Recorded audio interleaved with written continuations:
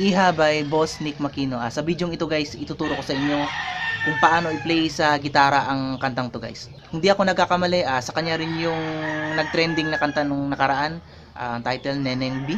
Suportahan natin siya guys, stream natin ang mga kanta niya sa kanyang YouTube channel. Mag-subscribe kayo sa channel ni Boss Nik.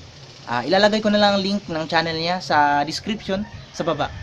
Ulit sa tutorial na ito guys, unahin natin ang chords, then ituturo ko sa inyo ang strumming pattern na ginamit ko. Tapos sundan nyo ako sa pag-play ng buong kanta. Okay?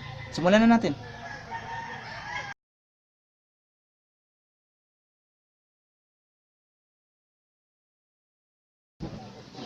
Heto ang mga chords na ginamit ko guys. Ang unang chord ay isang B flat. Sa first fret, itong bass natin. Then, dito. B flat. Okay. Iha, iha. Then ang ikalawang chord na ginamit ko ay A minor.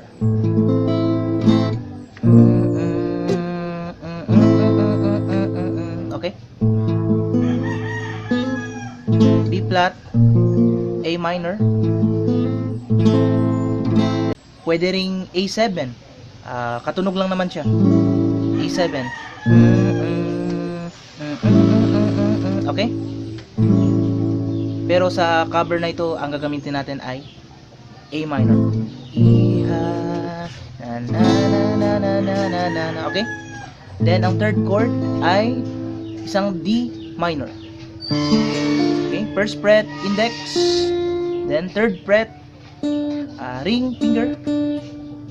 At ang second fret ay ang middle finger, third string. Okay, then ang bass natin ay ika-fourth na string, fourth string, D minor. Okay, B flat, A minor,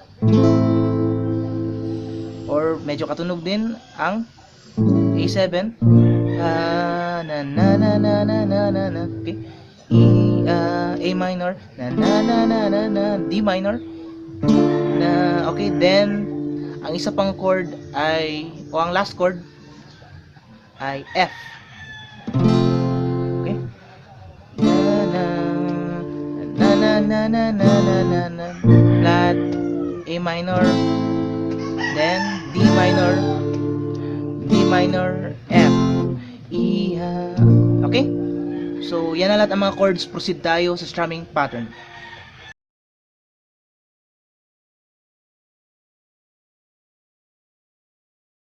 Para sa strumming pattern guys, wala tayong exact na maririnig na gitara na sinastrum. So, dito, ang ginamit ko ay sinasabayan ko ang beat ng kanta. Okay? Hinati ko sa dalawang parte ang strumming pattern guys. Ito ang unang parte. Okay. Ang unang parte ay down, down, down. Okay? Down, down. Okay? B flat, down, down. A minor, down, down. D minor, down, down. D minor, F, down. Iha. Okay? Down, down. Okay? Down, down, down. Yan ang unang parte. Then, ang ikalawang parte guys ay ito na. Down, down, down, up, down. Down, up, down, down. Okay?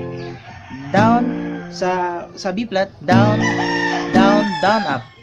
Then A minor, down, down, down, up. Then D minor, down, down, down, up, down, down. Okay? D minor isang down, then sa F isang down. Bale bago ang huling dalawang strum na sa D down, D minor at saka F, may dadaan muna ng down, down, down, up, down, down. Okay? Para sa D minor at F. Down, down, down, up, down, down. Okay? Down, down, down, up, down, down, down, up, down, down, down, up, down, down, down. Okay? Down, down, up, down. Okay? Tip lang guys, para mas maganda ang tunog, kung sanay na kayo, mas maganda dito nyo kunin ang B flat sa ika-6 na fret, then ang A minor sa ikalimang fret, then D minor, F, D minor, D minor, F. Okay? Mas maganda ang tunog kung dito natin kukunin. Down, down, down, up, down. Okay? Down, up, down, down, down, iha, na na na na na na na na na. Okay? Pakinggan nyo na lang ang pag-play ng buong kanta pagkatapos ito, guys. Doon nyo makikita ang mga strumming pattern kung saan ko ginamit ang mga strumming pattern na tinuro ko. Okay, so sabayan nyo ako, i-play natin ang buong kanta, guys.